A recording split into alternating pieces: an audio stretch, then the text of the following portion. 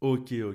Ce n'était pas prévu du tout, mais je vais vous faire une vidéo débrief concernant le match entre l'Espagne et les Pays-Bas qui s'est terminé sous score de 3 buts partout, qui est allé en prolongation et qui est même allé au tir au but avec un scénario complètement dingue. Je vous cache pas que de base, je comptais regarder le match dans mon salon très tranquillement, sans prendre de notes, sans analyser vraiment dans le détail. Je me disais que c'était la trêve, que le Barça ne joue pas, donc autant en profiter. Il y avait l'Allemagne, la France, la Belgique, l'Espagne, et même le Portugal avec Ronaldo.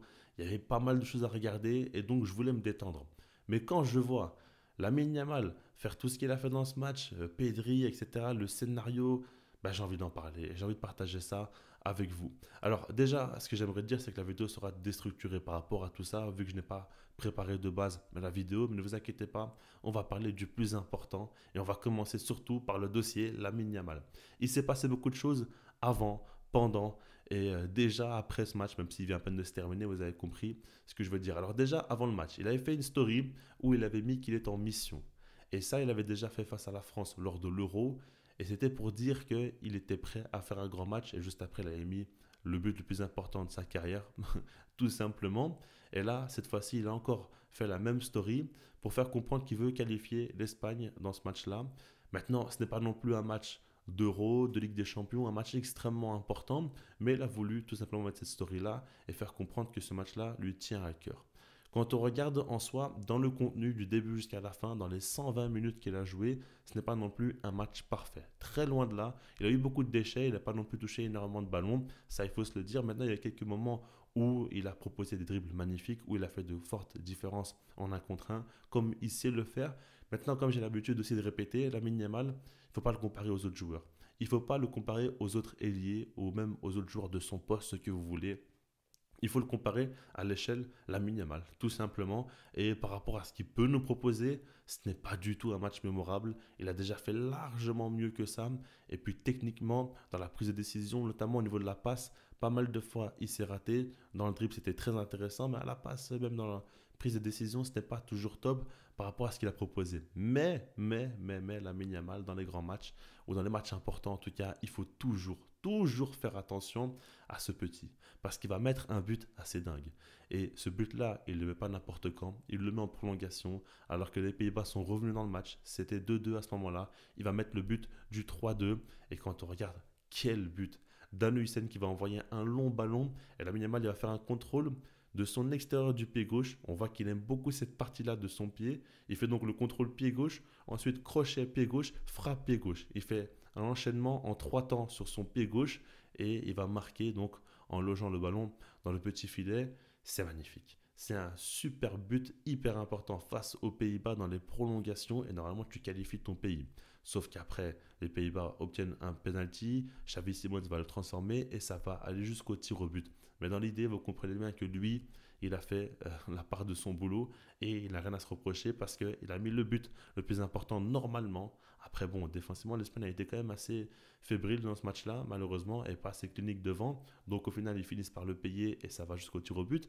Mais ça, c'est intéressant. Après, ce que j'aime aussi, c'est au niveau de sa célébration. Parce que Van der Vaart l'avait critiqué en disant que c'est un joueur un peu trop nonchalant qui aime bien baisser son short dans les matchs. En tout cas, il veut dire qu'il pense peut-être plus à son flow qu'au rendement sportif.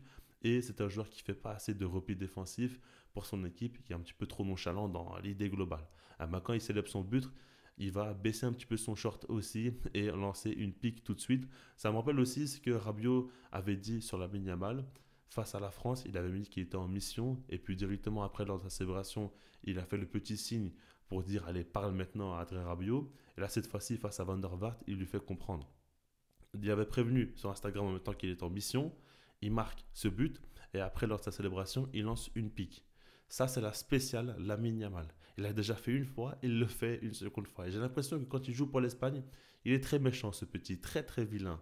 Mais justement, un peu trop vilain. Parce que lors de la séance de tir au but, il a eu à un moment donné une occasion de pouvoir marquer un but très important. Les Pays-Bas venaient d'en rater un et il aurait pu creuser un écart et pratiquement qualifier son équipe sur le tir au but. À ce moment-là, il va le rater. Et ça ne me dérange pas en soi qu'il le rate. C'est le premier penalty ou tir au but qu'il tire de sa carrière. Il a que 17 ans, il n'y a rien de choquant à rater et ça c'est tout à fait normal.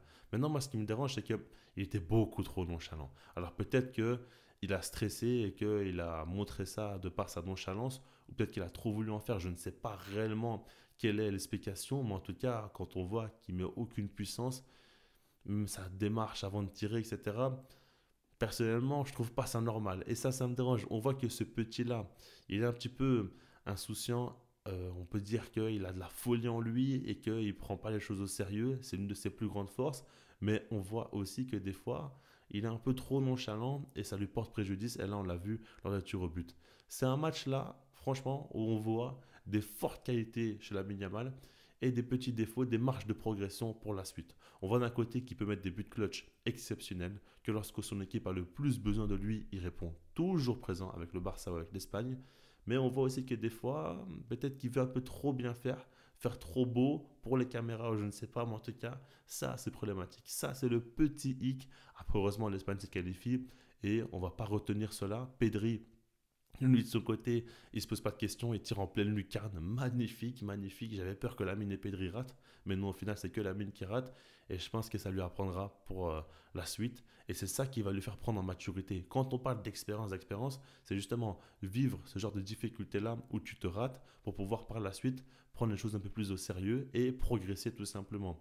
Et puis encore une fois, il a de la chance parce que son équipe n'est pas éliminée et surtout parce que c'est que la Ligue des Nations. Si c'était en Coupe du Monde, imaginez et que son équipe se faisait éliminer, là il aurait subi énormément de critiques et ce n'aurait pas été la même histoire. Là, ce n'est pas du tout le cas. Donc vraiment, il a beaucoup de réussite et là aujourd'hui, il peut, je ne vais pas dire se remettre en question, mais en tout cas, peut-être travailler un peu plus les pénaltys, les tirs au but et se dire que cette nonchalance-là, ce n'est pas possible. À ce niveau-là, il faut être un peu plus impliqué, tout simplement.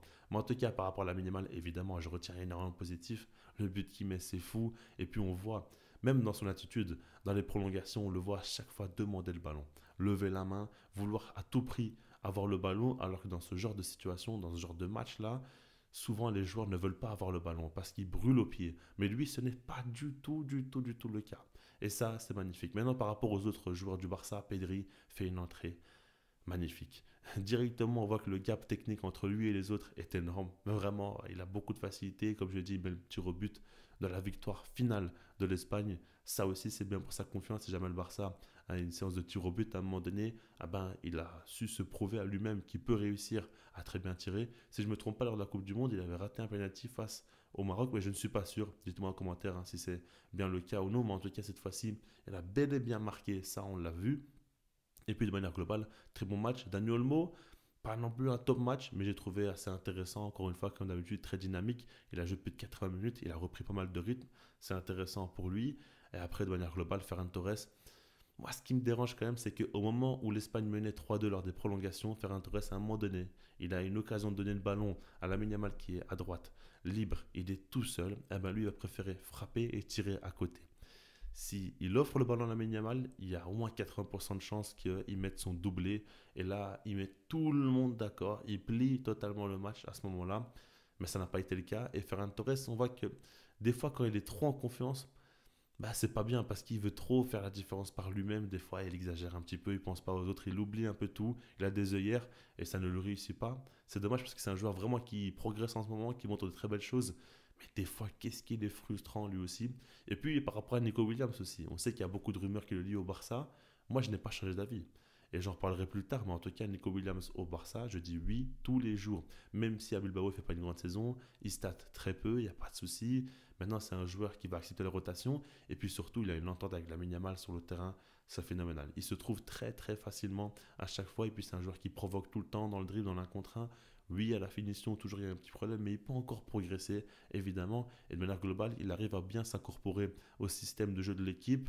Et ça, c'est vraiment une force chez ce joueur-là. Donc par rapport à tout ça, ce que j'aimerais dire pour terminer avec l'Espagne de manière générale, c'est que surtout je trouve que Luis Lafuente a trop voulu être dans le contrôle, dans le calcul et vouloir tout jouer au millimètre près, alors qu'au final quand tu regardes ici, ça a été mal joué.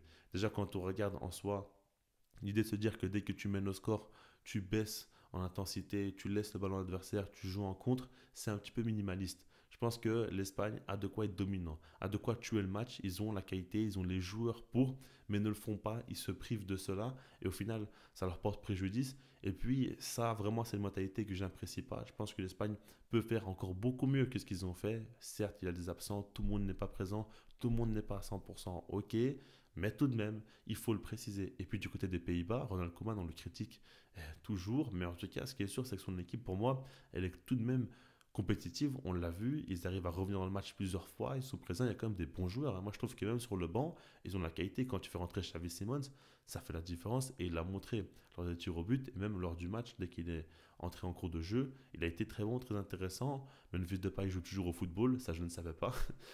Plus sérieusement, il y a aussi Frenkie de Jong, même Tijani Reinders. Ils ont vraiment de très bons joueurs, un bel effectif, et puis on voit que c'est assez compact, c'est assez cohérent dans le système de jeu. Je ne sais pas si vraiment ils vont aller loin à la Coupe du Monde ou quoi, mais en tout cas, ce qui est sûr, c'est que ça me paraît intéressant et c'est une équipe qui a quand même progressé sur les dernières années. Donc voilà, c'était vraiment un beau match, très très beau match, beaucoup de buts, on avait beaucoup de retournements de situation et ça, c'est ce qu'on aime. On a vu un Lamine Yamal aussi qui proposait du show, Pedri, etc. Je suis assez content. Dites-moi vous ce que vous pensez en commentaire par rapport à tout ça, et puis sinon moi je vous dis peace.